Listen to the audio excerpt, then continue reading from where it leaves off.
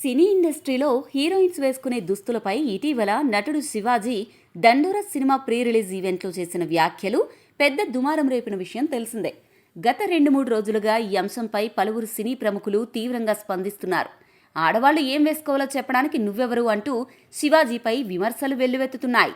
ఈ విమర్శలపై శివాజీ స్పందిస్తూ, నాకు వాళ్ళు ఏ దుస్తులు వేసుకుంటారనే విషయంలో ఎలాంటి అభ్యంతరం లేదు, ఒక తండ్రిగా నా అభిప్రాయాన్ని మాత్రమే చెప్పాను అని వివరణ ఇచ్చారు. అయితే ఈ వివాదం అక్కడితో ఆగకుండా మరింత పెద్దదైంది. నిన్న కొణిదెల నాగబాబు కూడా ఈ అంశంపై గట్టిగా స్పందించడం గమనార్హం. యాంకర్ అనసూయ, చిన్మయి, రామ్ గోపాల్ వర్మ వంటి ప్రముఖులు సోషల్ మీడియాలో శివాజీ వ్యాఖ్యలను తీవ్రంగా తప్పుబడుతున్నారు.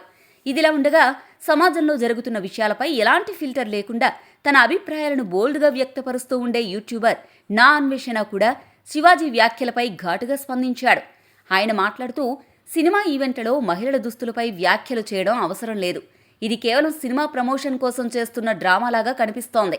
మహిళలు మౌనంగా ఉంటే ఇలాంటి వ్యాఖ్యలు మళ్లీ మళ్లీ వస్తాయని అన్నారు.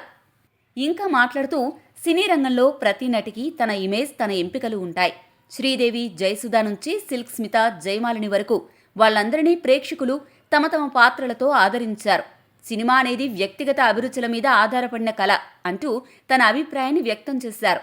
ఈ వీడియో మొత్తం చాలా బోల్డ్ లాంగ్వేజ్తో ఉండడంతో చూడబోయేవారు జాగ్రత్తగా ఉండాలని ఆయన సూచించారు.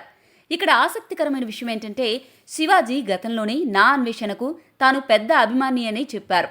బిగ్ బాస్ సీజన్ 7లోకి వెళ్లే ముందు ఇచ్చిన ఒక ఇంటర్వ్యూలో, నాకు బాగా ఇష్టమైన యూట్యూబర్ నా అన్వేషణ, అతని వీడియోలకు నేను అభిమానిని అని శివాజీ చెప్పడం ఇప్పుడు వైరల్ అవుతోంది.